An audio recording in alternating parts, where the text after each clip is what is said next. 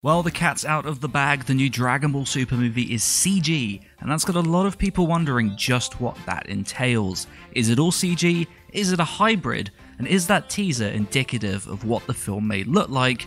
And if so, what is Toei's track record with CG productions? All of that and more coming up in this video, so stay tuned.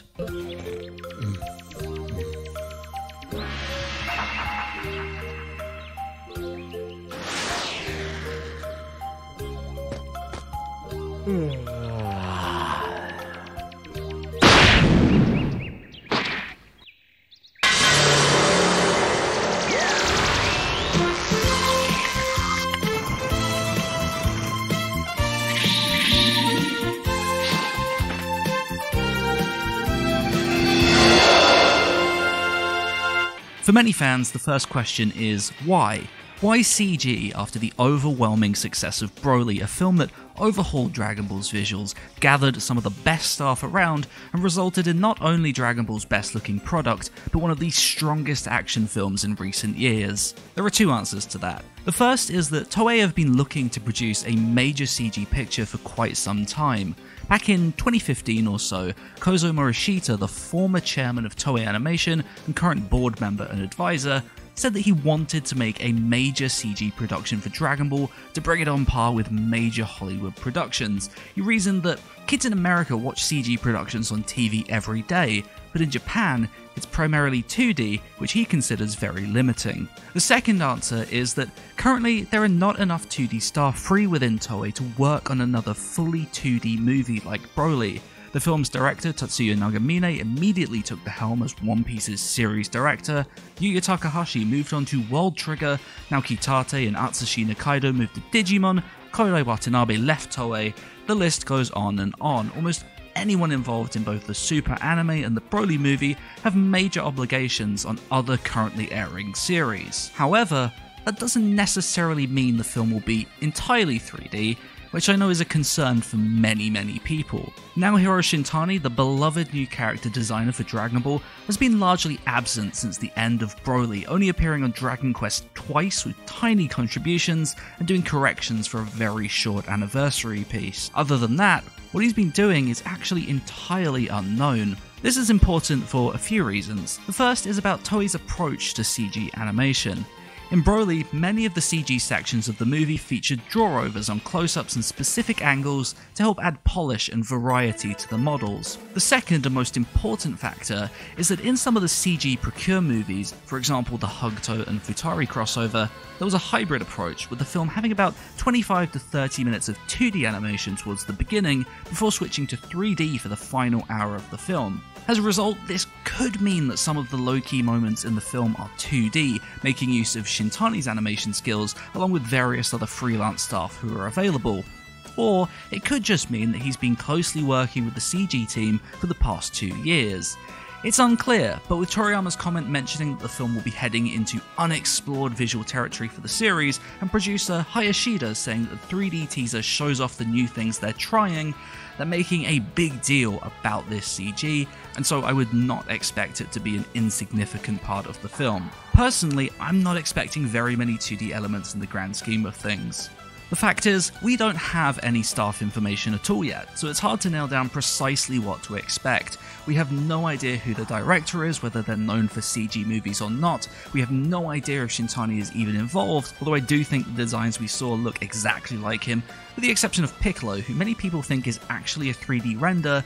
I'm not sure I disagree. It's very different to the other sheets, especially when you put it next to other 2D artwork. To wrap things up, I'd like to talk a little bit about my thoughts on the teaser itself, what I like, what I don't like, and what I'd like to see for the future. Dragon Ball's an awkward one because it doesn't make sense in 3D space.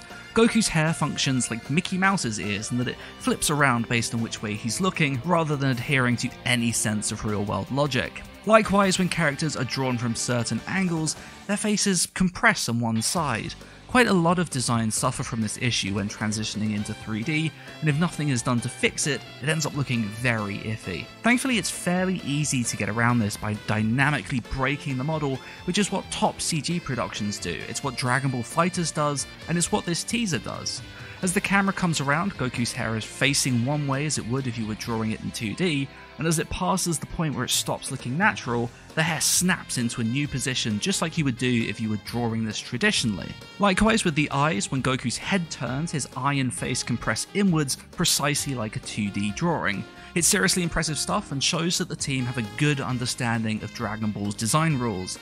You can see it even more clearly with the nose when he lowers his head, and then again from the 3/4 view. It's constantly swapping shapes to ensure it looks correct, whenever a true 3D view would actually look off. Unfortunately, there's one major aspect that I don't hugely care for, and that's the way the camera is currently functioning. One of the most common complaints about this teaser at the moment is how choppy it looks, and this is why. It's to do with how the camera is currently tied to Goku's frame spacing or frame pacing if you're more used to video game terms. In animation, there are two terms that matter here: timing and spacing.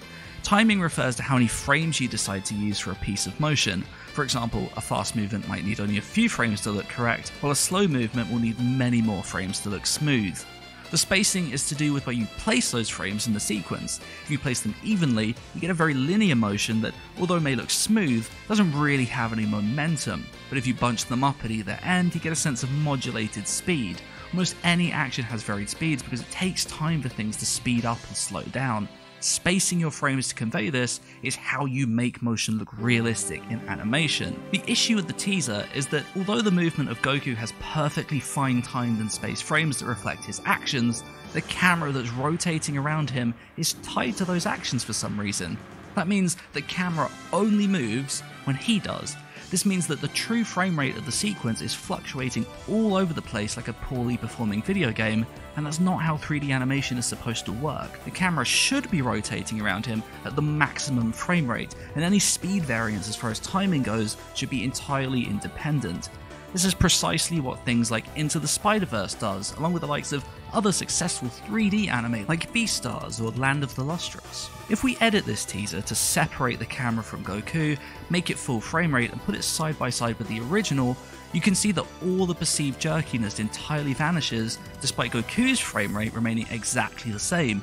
All that changed was the camera. I'm not entirely sure why this approach was taken for the teaser, because if we look at the CG in DBS Broly for example, the camera moves independently there as it should and it looks totally fine. I hope this is just a mistake by whoever put this teaser together and not indicative of the approach in the final film, because that would absolutely kill it for me in the same way that bad frame rates kill games for me. Overall though, I am fairly pleased with the general concept here. The movement itself looks great, which is definitely the most important aspect. I don't love the way the clothing textures are rendered, but it is hard to tell how that will look in a real scenario and not just a full lit white room. Again, the fact they put a lot of care into how the model shifts around based on the camera angle is very reassuring, but I think the bottom line for me, and I think for many people, is that it doesn't bring out the same level of emotional impact as 2D animation.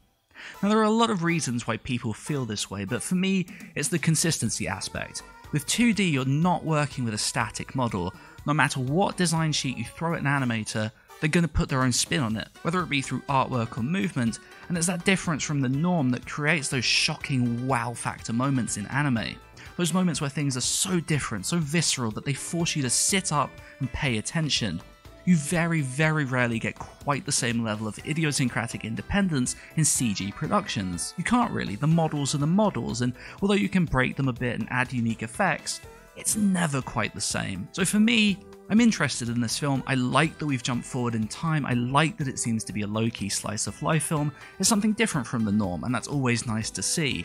I just know that from where my tastes are, it will never hit me in quite the same way as a 2D production. But let me know how you feel. Are you someone who likes 3D anime? Do you get the same level of emotional reaction from it as 2D? And do you like the concept of the film? Let me know down in the comment section below. Rate the video if you found it interesting, subscribe if you're new, and I will see you next time.